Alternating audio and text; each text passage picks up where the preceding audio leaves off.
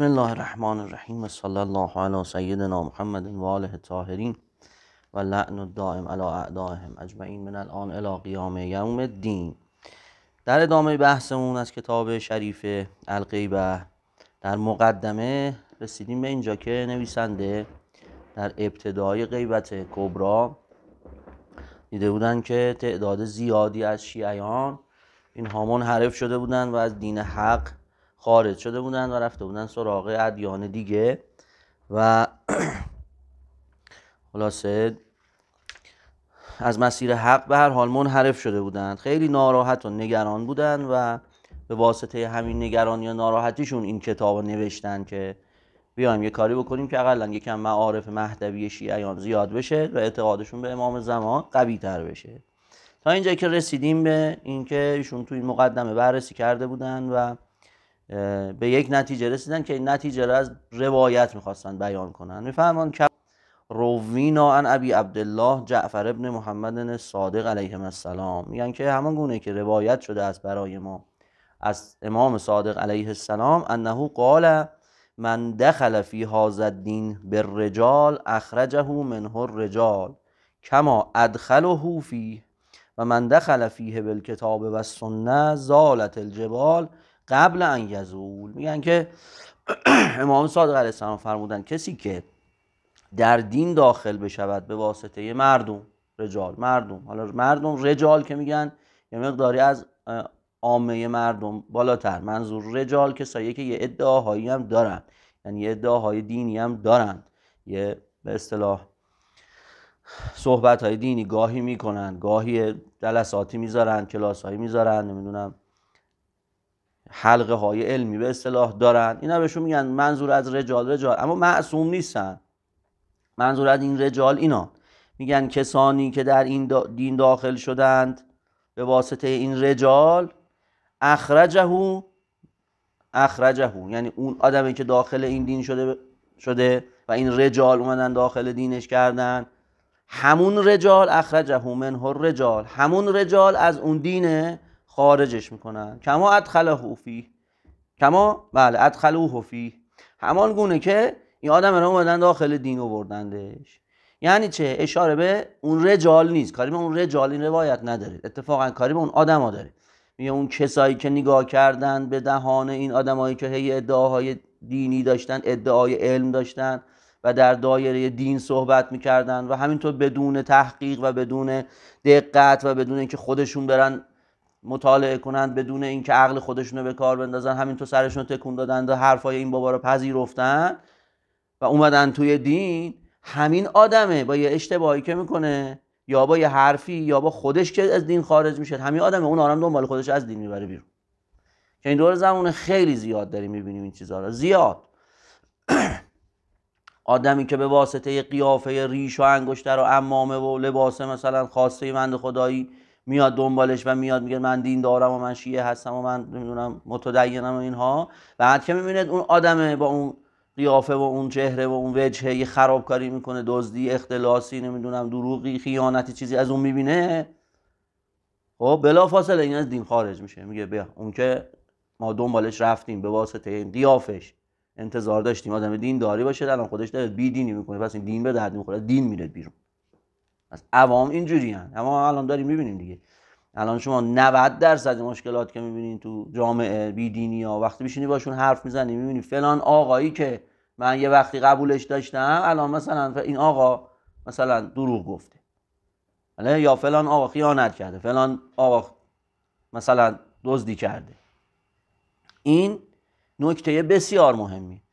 اما حالا از اون طرف میگن اون کسی که میاد داخل میشه در دین و من دخل فیه یعنی فی دین بالکتاب و سنت، به واسطه علمی که خودش از کتاب و سنت به دست میاره و میره خودش تحقیق میکنه، اول به حکم عقل میره خدا رو میشناسه، بعد که به حکم عقل خدا رو شناخت، به همون حکم عقل حرف خدا و حرف پیامبر خدا باز به حکم عقل که اینا همش تو اون بحث دوممون میخونیم، این آدم به این حکم عقل به این نتیجه میرسه که حرف خدا و حرف رسول و حرف اهل بیت علیهم السلام که میشه کتاب و سنت اینا حجته، پس میره سراغ همین کتاب و سنت، براش حجت تموم میشه. سلام علیکم. حجت برش تموم میشه. اگر دینش را از این کتاب و سنت و اهل بیت علیهم السلام گرفت، زالت الجبال قبل ان یزول، کوه ها از بین میره و زائل میشه، ولی دین این از بین نمیره. از حواسمون اینجا جمع باشه، دین را باید از کتاب و سنت گرفت، دین را باید بر اساس عقل و مطالعه گرفت. از زبان افراد نباید دین گرفت. افراد اگر یه خرابکاری کرد، شما یعنی اون انسان عادی از دین زده خواهد شد. انسان عادی که بدون مطالعه به خاطر حرف این آقا رفته دیندار شده. خیلی این روایات با طلا نوشت، باید با آب طلا نوشت، همیشه سر در منازل زد. حالا این نتیجه یکیشون از روایات برداشت میکنن که آقا علت این که این مردم حالا غیبت کبرایی حاصل شد، امام زمان غائب شدن و این مردم دارن کرور از دین خدا خارج میشن، یکی از علتش اینه که اینا دینشون رو از زبون آدما گرفتن، خودشون نرفتن تحقیق کنن، خودشون نرفتن سر روایات. حالا توضیح میدن، میگن ولا امری، به عمرم قسم، ولا امری یعنی قسم به عمرم، ولا امری ما اتی من تاه و تحیر و افتتن و انتقل عن الحق و تعلق به مذاهب اهل الزخرف و الباطل الا من قلت روایت و العلم. یعنی آقا اون کسایی که میبینی گرفتار گمراهی، تاه همون گمراهی، شبهه، تاه یعنی شبهه، گرفتار شبهه و تحیر و فتنه و اینها شدن و انتقل عن الحق، و از حق و از دین حق اینا رفتن بیرون، منتقل شدن رفتن به جای دیگه و متعلق شدن به مذاهب اهل زخرف، مذاهب مزخرف. اهل زخرف یعنی اهل ظواهر دنیا، دین هایی که به ظواهر دنیا خیلی اهمیت میدن، رفتن دنبال این دین ها. و خلاصه اهل باطل یعنی رفتن به مذاهب اهل باطل انتقال پیدا کردن. علتش چیه؟ علتش این نیست الا به خاطر قلت روایت، به خاطر کم بودن آشناییشون به روایات و علم، کم بوده علمشون. چرا؟ چون نرفتن دنبال علم آموزی، نرفتن دنبال کسب معارف دینی. و عدم درایت یعنی زیرکی، یعنی دقت، یعنی محاسبه گری، و اینا به خاطر عدم درایت و بینش کافیشون. و الفهم، و علت بعدی فهمشون، به خاطر عدم فهمشون نسبت به این روایات و این علوم.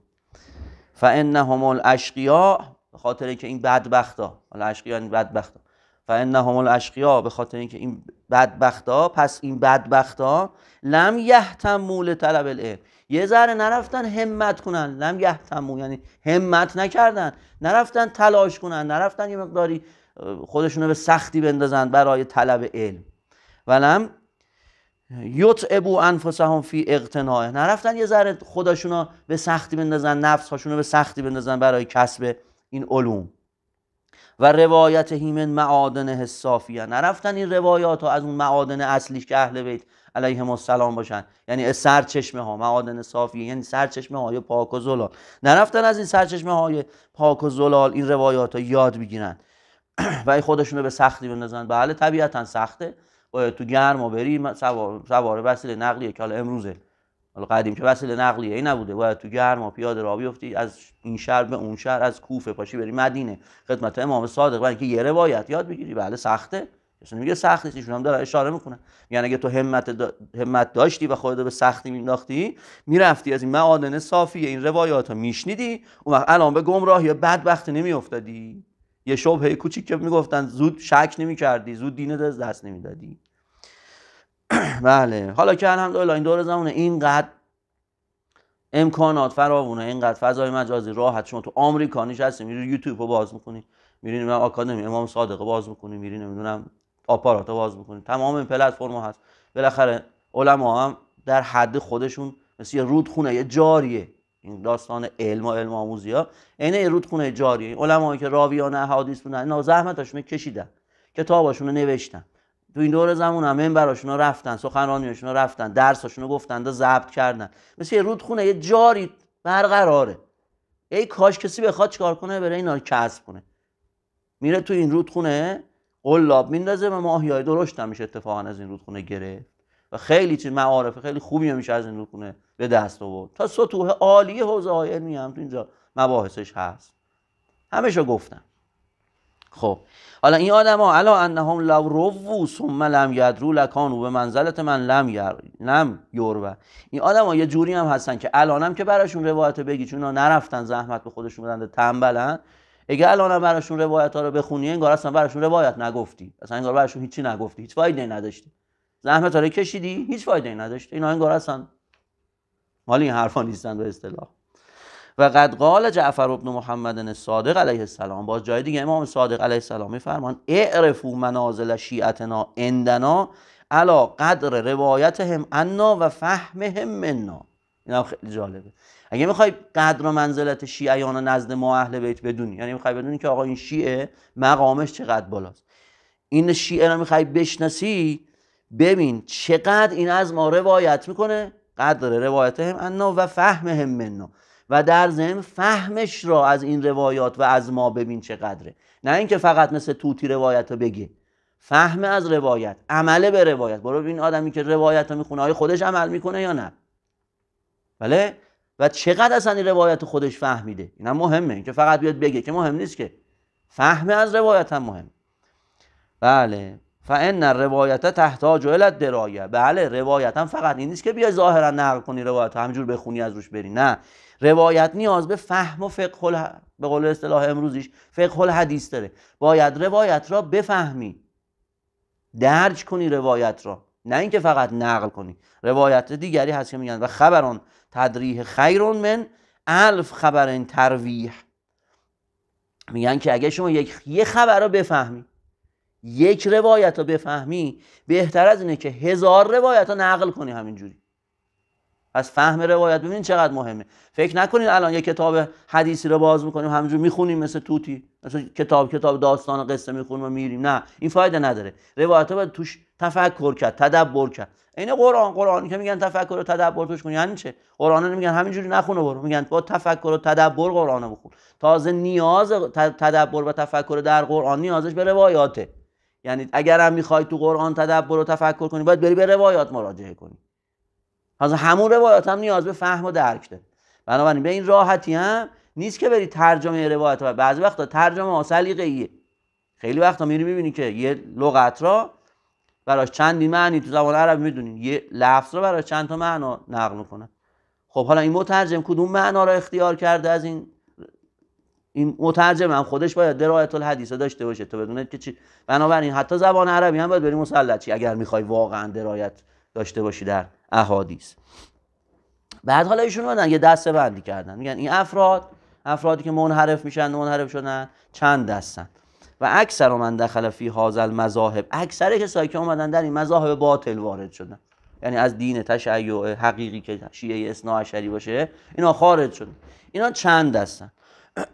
فاکثر من دخل فی هذا المذاهب انما دخله علی الاهوا. اینا 4 تا حالت داره. فمنهم من دخله به غیر رویت ولا علم فلما اعترضه یسیر شبهت تاه.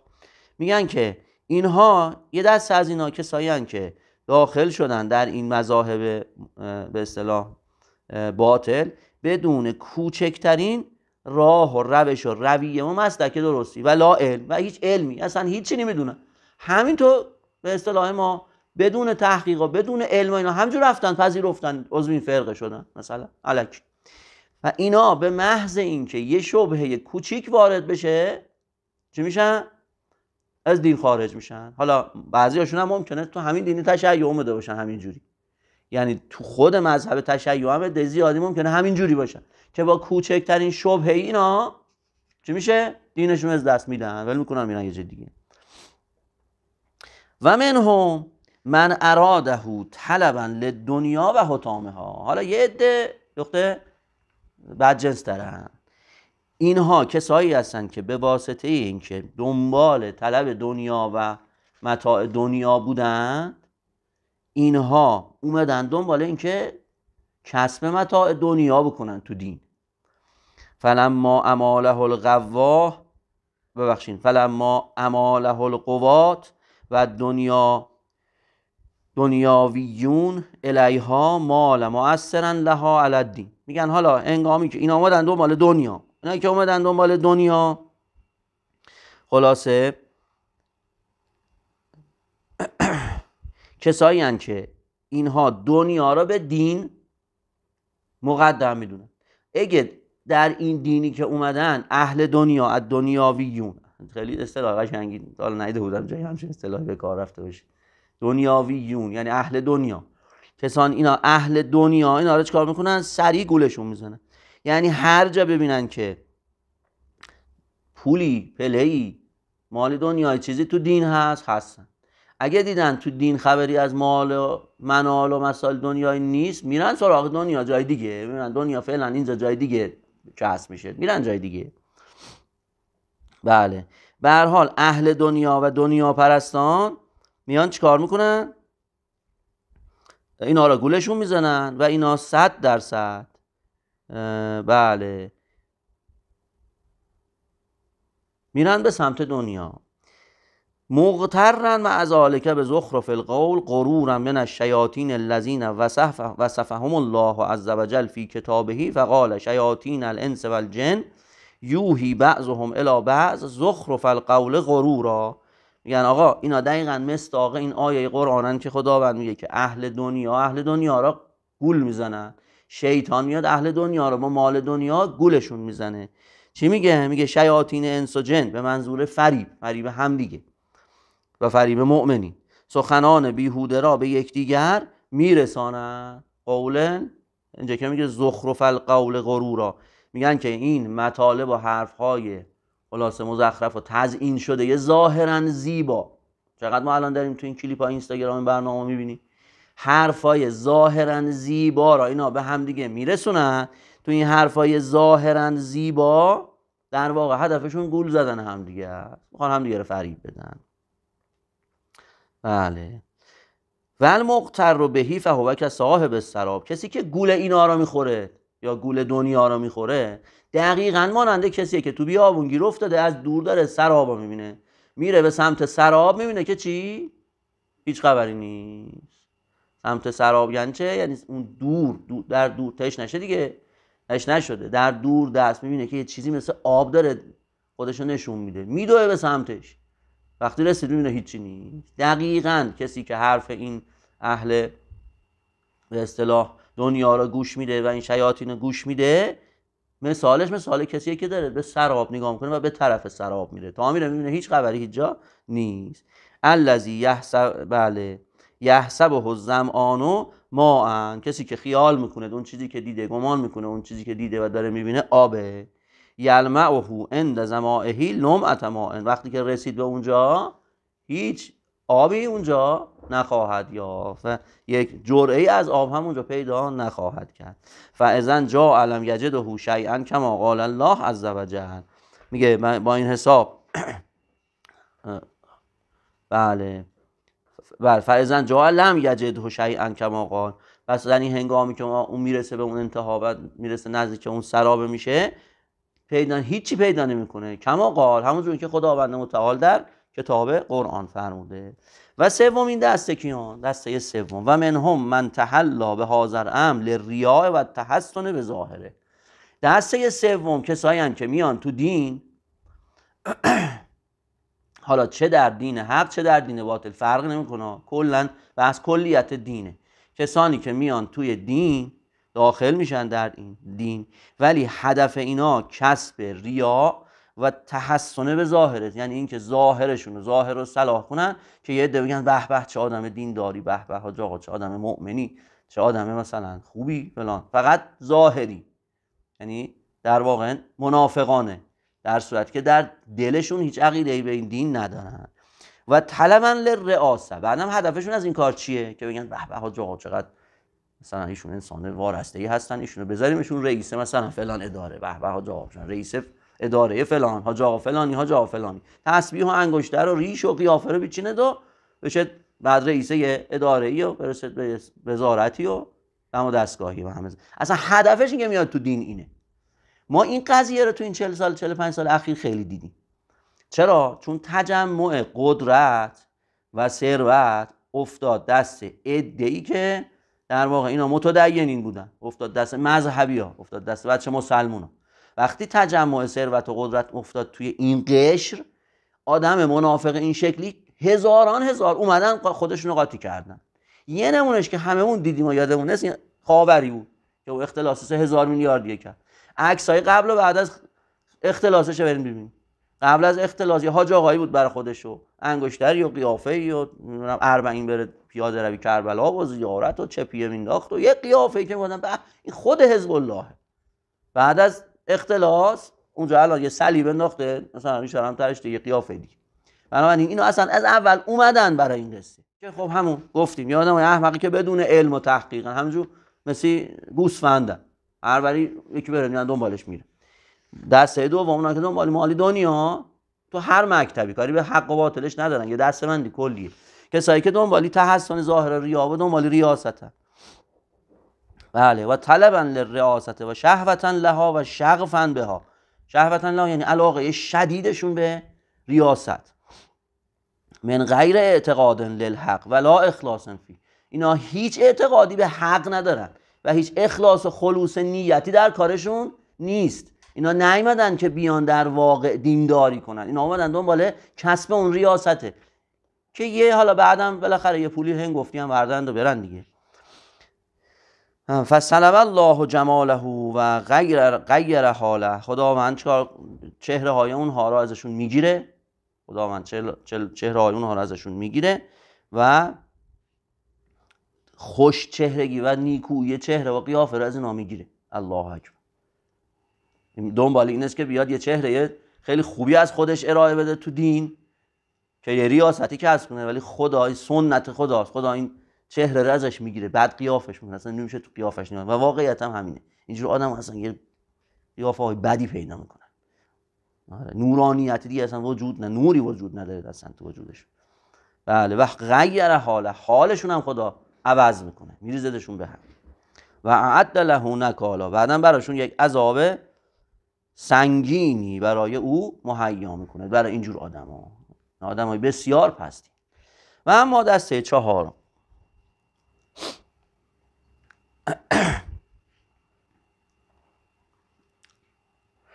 دسته چهارم کسایی هستند که اینا و منهم من دان بهی علی ضعف من ایمانه.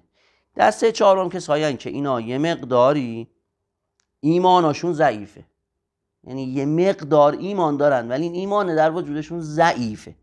خب و وهن من نفسهی به صحت من نطق بهی منه فلما وقعت هذه المحنة التي آذننا اولیاء الله صلی الله علیهم بما مذ 300 سنة تحیر و وقف کما قال الله عز وجل من قائل. حالا ادامهشو میخونیم. میگن که اینا کسانی که به واسطه ضعف و سستی ایمانشون اومدن به این دین ها یا چه به دین حق چه به دین باطل اینا گرویدن، یعنی اومدن به سمت اینا، اما خودشون هنوز شک دارن، هنوز به خودشون به درستی و حقانیت اون چیزی که میگن هنوز اعتقاد پابرجا و قوی و استواره را ندارن. خب حالا اینجور آدما که حالا چه تو دین حق دارن چه باطل، حالا فعلا ایشون دارن باطل دین حق دارن الان میگن این آدمایی که دینشون ضعیف و یه مقداری ایمانشون سوس بود، به محض این که اومدن و دیدن که خلاصه یه دفعه یه آزمایشی، بله یه آزمایشی شد و اون غیبت کبرا بود، اومدن یه دفعه دیدن امامی دیگه وجود نداره، در ظاهر اینا یه مقداری سوس شدن. اما ما اینا رو میتونیم یه مقداری کمکشون کنیم. چرا؟ چون بعدش میگن این آزمایش را اولیاء خداوند در از حدود 300 سال پیش برای ما تو روایات گفته بودن که اتفاق خواهد افتاد، یعنی گفته بودن که غیبتی خواهد شد و امام زمان غایب خواهند شد و این امتحان شیعیانه. هشدار بهمون داده بودن که فتنه های خیلی سنگینی در راهه، هشدار به ما داده بودن و این هشداری که داده بودند دقیقاً باعث شد که اینا یه مقداری ما بتونیم کمکشون کنیم. و این کتاب رو میخوان بگن که حالا من نوشتم که این هشدارها رو به شیعیان منتقل بکنم که قبلا برای ما گفته بودن که این فتنه و این غیبت به وجود خواهد آمد. و خداوندن اینجا مثال هایی هم در قرآن زده. مثل چی؟ قال الله عز وجل من قائل کمثل الذی استوقد نارا فلما اضاءت ما حوله ذهب الله بنورهم و ترکهم فی ظلمات لا یبصرون و کما قال کلما اضاء لهم مشوا فیه و اذن ازلم علیهم قاموا. این دو تا روایت، تو این دو تا آیه میگن خداوند اشاره کرده است به این موضوع و خدا هم هشدار داده است. میگه مانند آن کسی است که آتش برافروزد و همین که گرداگرد او را روشن ساخت، خداوند نور آنان را میبرد و آنان را در تاریکی ها که چیزی نمیبینند رها میسازد. تشبیه کرده امام زمان را به اون نور، امام را به اون نور، و خداوند این نور را در ظاهر از ما میگیره تا ببینیم که شما در این تاریکی ها چه خواهید کرد. این امتحان شماست که این نور ندارین و باید برین خودتون یه خلاصه مشکل یه جوری حل کنین، حالا با کمک مطالب قبلی، روایات که قبلا گفتیم و آیات قرآن. و آیه دوم تا زمانی که آتش روشنایی بر آنان میتابد راه میپیمایند و چون به تاریکی گرایند از رفتن باز میایستند.